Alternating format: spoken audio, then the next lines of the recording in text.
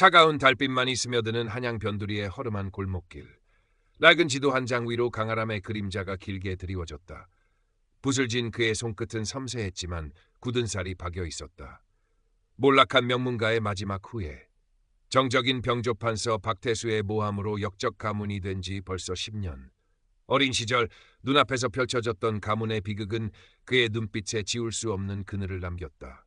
그는 숨어 살며 아버지가 남긴 지도 제작 기술과 기록 복원술로 겨우 연명하고 있었다. 언젠가 가문의 누명을 벗고 아버지의 원수를 갚으리라. 복수심은 그의 삶을 지탱하는 유일한 불씨였다. 한편 번화한 북촌의 담장 높은 기와 집안에서는 또 다른 그림자가 드리워져 있었다. 윤참판의 외동딸 윤설이. 단아한 외모 속에 총명함과 강단이 숨겨진 여인이었다.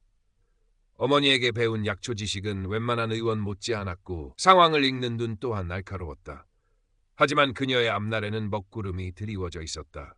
현 조정의 최고 실세 병조판서 박태수가 끈질기게 혼담을 넣어오고 있었기 때문이다. 그의 탐욕스러운 눈빛과 서늘한 야심을 직감한 설이는 두려움과 함께 강한 의심을 품었다. 박태수가 오래전 강아람 가문의 몰락에 깊이 관련되어 있다는 소문, 그리고 최근 그의 수상한 자금 흐름과 토지 거래, 설이는 남몰래 진실을 파헤치기로 결심했다. 박태수의 비밀 장부와 밀거래 경로를 추적하던 설이는 결정적인 증거를 잡기 위해 아주 정교하고 비밀스러운 지도가 필요하다는 것을 깨달았다.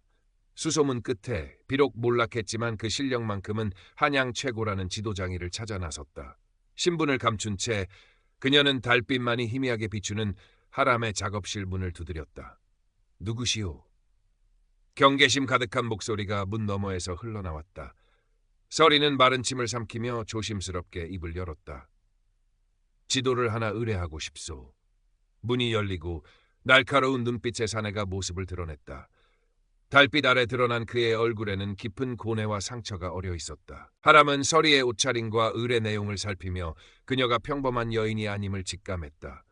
그가 요구한 지도는 한양 외곽의 특정 지역과 그곳으로 통하는 비밀 통로, 그리고 오래된 관청 기록의 복원이었다. 위험한 냄새가 났다. 박태수와 관련된 일일지도 모른다는 불길한 예감이 스쳤다. 하지만 하람은 의뢰를 거절할 수 없었다. 생계 때문이기도 했지만 어쩌면 이것이 진실에 다가갈 실마리가 될지도 모른다는 희미한 기대 때문이었다. 어떤 지도요? 하람의 목소리는 낮고 차분했다. 설이는 준비해온 약도를 꺼내 보이며 필요한 내용을 설명하기 시작했다. 두 사람의 위태로운 만남은 그렇게 시작되었다. 한 사람은 복수를 위해, 다른 한 사람은 자유와 진실을 위해 같은 적을 향한 각자의 칼날을 숨긴 채. 하람의 작업실은 낡고 비좁았지만 벽면 가득 걸린 정교한 지도들과 가지런히 정돈된 도구들은 그의 실력을 짐작게 했다. 설이는 신분을 감춘 채 서생이라 칭하며 하람에게 필요한 정보들을 전달했다.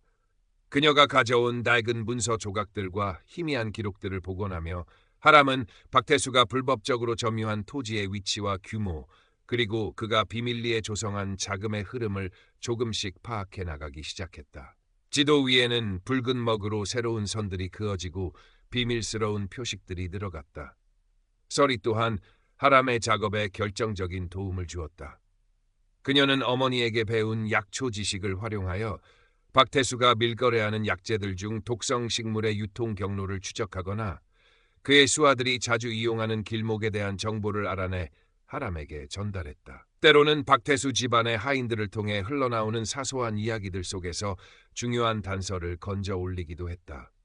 비밀스러운 만남이 거듭될수록 두 사람은 서로의 예리함과 강단에 감탄하며 조금씩 경계를 풀었다. 하람은 설이가 단순히 부잣집 귀수만은 아니라는 것을 알게 되었다. 그녀의 눈빛에는 세상을 꿰뚫어보는 지혜와 불의를 참지 못하는 용기가 있었다. 설이 역시 하람의 과묵함 속에 숨겨진 따뜻함과 그의 뛰어난 재능 뒤에 가려진 깊은 슬픔을 어렴풋이 느끼기 시작했다. 달빛 아래 마주 앉아 지도와 기록들을 살피는 동안 두 사람 사이에는 말없이 서로를 이해하고 연민하는 미묘한 감정이 싹텄다. 하지만 신분의 벽과 언제 닥칠지 모르는 위험 앞에서 그들은 애써 피어나는 감정을 외면해야 했다. 하람에게는 아버지의 오랜 벗이자 충신이었던 노선생이 있었다. 그는 하람의 가문이 몰락한 후에도 몰래 하람을 돌보며 지식과 지혜를 전수해준 유일한 정신적 지주였다. 노 선생은 하람에게 찾아온 서리의 존재를 눈치챘지만 섣불리 나서지 않고 묵묵히 하람의 결정을 지켜보며 필요한 조언을 건넸다. 서리에게는 어릴 때부터 함께 자란 충직한 몸종 연실이 있었다.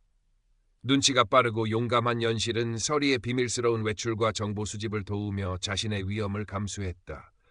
서리가 하람을 만나러 갈 때마다 알리바이를 만들어주거나 박태수 집안의 동향을 몰래 살피는 것은 모두 연실의 몫이었다. 아가씨, 너무 위험한 일입니다. 만약 병조판서 대감께 알려지기라도 하면. 연실은 걱정스러운 눈빛으로 서리를 말렸다. 안다, 연실아. 하지만 이대로 가만히 있을 수는 없어. 아버님과 우리 가문을 위해서라도, 그리고 나 자신을 위해서라도. 서리의 목소리는 낮았지만 단호했다. 그러던 어느 날 하람의 작업실 근처를 어슬렁거리던 박태수의 수하들이 그의 존재를 눈치채기 시작했다. 밤늦게 작업실로 돌아오던 하람은 수상한 자들의 기척을 느끼고 몸을 숨겼다. 그들은 하람의 작업실 문을 부수고 들어가 닥치는 대로 뒤졌지만 하람이 중요한 지도와 기록들을 미리 숨겨둔 덕분에 결정적인 증거는 찾지 못했다. 하지만 하람은 더 이상 이곳에 머물 수 없다는 것을 깨달았다. 같은 시각 서리에 대한 박태수의 압박은 더욱 거세졌다. 그는 윤참판을 찾아와 노골적으로 혼인을 재촉하며 듣지 않을 경우 가문에 불이익이 있을 것이라 협박했다. 서리는 집안에 갇힌 신세가 되어 외부 출입조차 자유롭지 못하게 되었다. 박태수의 감시망이 점점 좁혀져 오고 있었다. 위기의 그림자가 짙어지는 가운데 하람과 서리는 뜻밖의 사실을 알게 되었다. 박태수의 비리는 단순한 토지 강탈이나 자금 횡령 수준이 아니었다. 그는 북방의 오랑캐와 내통하며 무기를 밀반입하고 심지어 왕위를 찬탈하려는 역모를 꾸미고 있었던 것이다. 하람이 복원한 낡은 문서에는 박태수의 아버지 때부터 이어져 온 반역의 계획이 암호로 기록되어 있었고 서리가 입수한 박태수의 밀서 조각은 그 계획의 구체적인 실행 단계를 보여주고 있었다. 상황은 더욱 급박해졌다. 하람은 노 선생의 도움을 받아 인왕산 깊은 곳의 폐사찰로 은신처를 옮겼다. 그는 아버지의 유품 속에서 찾아낸 박태수 가문의 역모 계획이 담긴 암호 지도를 해독하는 데 몰두했다. 그 지도에는 한양의 비밀 통로뿐만 아니라 박태수가 숨겨둔 무기고의 위치와 반란군 집결 예정지까지 표시되어 있었다. 한편 집안에 갇힌 서리는 연실의 도움을 받아 마지막 승부수를 던지기로 결심했다.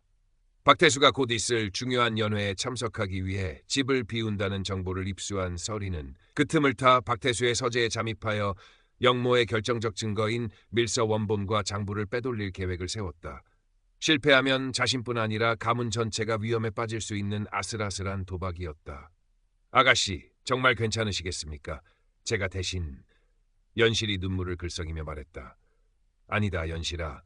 이건 내가 직접 해야 할 일이다. 너는 밖에서 망을 보며 만일의 사태에 대비해다오. 서리는 연실의 손을 꼭 잡으며 담담하게 말했다. 그녀의 눈빛은 두려움 대신 결연함으로 빛나고 있었다. 두 사람은 잠시 떨어져 각자의 자리에서 위태로운 싸움을 벌이고 있었다. 서로의 생사조차 알 수 없는 암담한 상황 속에서도 그들은 마음속으로 서로를 응원하며 다시 만날 날을 기약했다. 박태수의 거대한 음모 앞에서 몰락한 귀족 청년과 위기에 처한 규수의 운명은 이제 바람 앞의 촛불과 같았다. 깊은 밤 박태수의 서재에 잠입한 서리는 숨막히는 긴장감 속에서 떨리는 손으로 서랍과 책장들을 뒤졌다. 연실이 밖에서 망을 보며 시간을 벌어주는 동안 그녀는 마침내 두꺼운 책 속에 숨겨진 밀서 뭉치와 작은 장부를 찾아냈다. 심장이 미친 듯이 뛰었지만 서리는 침착하게 그것들을 품 안에 숨기고 서재를 빠져나왔다. 다행히 아무에게도 들키지 않았다. 같은 시각 인왕산 폐사찰의 차가운 불당 안에서 하람은 밤을 새워 암호지도 해독에 몰두하고 있었다. 아버지의 필체로 남겨진 복잡한 기호와 표식들은 좀처럼 그 의미를 드러내지 않았다. 포기하고 싶은 순간도 있었지만 아버지의 억울한 죽음과 서리의 얼굴을 떠올리며 그는 다시 붓을 들었다. 마침내 동이틀 무렵 하람은 암호의 규칙을 밝혀내고 지도 위에 숨겨진 박태수의 역모 계획 전체를 파악하는 데 성공했다. 지도에는 무기고 위치, 병력 동원 계획, 그리고 내통자의 이름까지 상세히 적혀 있었다. 하람은 즉시 서리에게 연락할 방법을 찾았다. 노 선생을 통해 연실에게 비밀 서찰을 보냈고 약속된 장소인 폐사찰에서 만나기로 했다. 며칠 후 연실의 도움으로 감시를 피해 집을 빠져나온 서리가 마침내 폐사찰에 도착했다. 어둠 속에서 서로의 모습을 확인한 순간 두 사람은 안도의 한숨과 함께 벅차오르는 감정을 느꼈다. 하람공 무사하셨군요. 서리의 목소리가 가늘게 떨렸다. 서생이야말로 괜찮으시오? 하람은 서리의 창백한 얼굴과 지친 기색에 마음이 아팠다. 두 사람은 각자 확보한 증거들을 꺼내놓았다. 하람이 해독한 영모 지도와 서리가 목숨 걸고 빼돌린 밀서, 장부. 그것들은 박태수의 죄악을 입증할 완벽한 증거였다. 서로의 손에 들린 증거들을 바라보며 두 사람은 잠시 말을 잊었다. 짧은 순간이었지만 그들의 눈빛 속에는 서로에 대한 깊은 신뢰와 연대의 감정이 오갔다. 이제 남은 것은 이 증거들을 안전하게 전달하는 일이었다. 하람과 서리는 논의 끝에 왕족 중에서도 강직하기로 소문난 종친이자 박태수와 정치적으로 대립하고 있는 안평군에게 증거를 전달하기로 결정했다. 안평군이라면 박태수의 세력을 두려워하지 않고 이 일을 공론화시킬 수 있을 것이라 판단했다. 하지만 박태수 역시 만만치 않았다. 그는 이미 하람과 서리의 움직임을 눈치채고 있었고 그들이 안평군과 접촉하려 할 것이라 예상하고 있었다. 박태수는 안평군의 사저로 가는 길목과 예상되는 비밀 접선 장소 곳곳에 자신의 수하들을 매복시켜 놓았다. 안평군에게 은밀히 연락을 취한 하람과 서리는 약속된 접선 장소인 경복궁 뒤편의 한적한 정자로 향했다. 달빛조차 희미한 밤, 두 사람은 극도의 긴장감 속에서 발걸음을 옮겼다. 정자가 가까워질수록 불길한 기운이 감돌았다. 뭔가 이상합니다. 하람이 낮은 목소리로 속삭이며 서리의 앞을 막아섰다. 그의 예리한 눈이 어둠 속에서 번뜩이는 칼날의 빛을 포착했다. 함정이었다. 사방에서 박태수의 수하들이 칼을 빼들고 나타났다. 순식간에 두 사람은 포위되었다. 어리석은 것들, 감히 내 앞길을 막아서려 하다니. 박태수의 수하 중 우두머리로 보이는 자가 비웃으며 외쳤다. 얌전히 증거를 내놓고 목숨을 구걸하는 것이 좋을 것이다. 절체절명의 순간 하람은 침착하게 주변 지형을 살폈다. 그는 이곳 지리를 손바닥 보듯 꿰고 있었다. 서생, 내 뒤를 따르시오. 하람은 서리의 손목을 잡고 외쳤다. 그는 미리 파악해둔 좁은 골목길과 담장을 이용해 포위망을 뚫고 달리기 시작했다. 추격전이 벌어졌다. 칼날이 스치는 소리와 거친 숨소리가 밤의 정적을 갈랐다. 하람은 뛰어난 지형 파악 능력으로 복잡한 골목길을 누비며 추격자들을 따돌렸고 서리는 미리 준비해둔 약초 주머니를 터뜨려 자극적인 연기를 피워 올려 그들의 시야를 방해했다. 연실 또한 약속된 장소에서 거짓 정보를 흘리며 추격자들을 다른 방향으로 유인하는 기지를 발휘했다. 하지만 적들의 수는 너무 많았다. 막다른 골목에 몰린 순간 그들 앞을 가로막은 것은 노 선생이었다. 노 선생은 하람과 서리를 뒤로 숨기며 홀로 칼을 뽑아들었다. 하람아, 어서 가거라. 이 늙은이의 마지막 충심이다. 노 선생은 비장한 표정으로 외치며 적들에게 달려들었다. 그의 희생 덕분에 하람과 서리는 간신히 위기를 벗어나 안평군의 사저에 도착할 수 있었다. 안평군은 하람과 서리가 내민 증거들을 보고 경악을 금치 못했다. 박태수의 영모 계획은 상상 이상으로 치밀하고 끔찍했다. 안평군은 즉시 의금부와 사헌부의 강직한 관리들과 논의하여 박태수를 체포하고 영모의 전모를 밝히기 위한 계획에 착수했다. 며칠 후 조정회의가 열리는 날 아침. 아무것도 모른 채 의기양양하게 입궐하던 박태수는 궁궐문 앞에서 기다리고 있던 의금부 나졸들에게 포위되었다. 병조판서 박태수, 영모 혐의로 긴급 체포한다. 안평군이 직접 나서서 하람과 서리가 가져온 결정적 증거들을 내놓자 박태수의 얼굴은 잿빛으로 변했다. 그의 추종 세력들 역시 속수무책으로 체포되었다. 한 시대를 풍미했던 거악의 몰락은 순식간이었다. 박태수의 영모 사건은 한양을 발칵 뒤집어 놓았다. 국문 끝에 그의 모든 죄악이 낱낱이 밝혀졌고 그는 결국 참형에 처해졌다. 그를 따랐던 무리들 역시 엄중한 처벌을 받았다. 불안정했던 정국은 안정을 되찾았고 금화 왕국은 큰 위기를 넘겼다. 사건이 마무리된 후 강아람 가문의 누명은 공식적으로 벗겨졌다.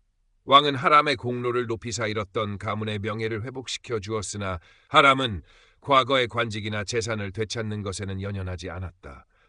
그에게 중요한 것은 아버지와 가문의 이름에 드리워졌던 오명을 씻는 것, 그것만으로 충분했다. 윤설이 역시 강제 혼인의 굴레에서 완전히 벗어나 자유를 찾았다.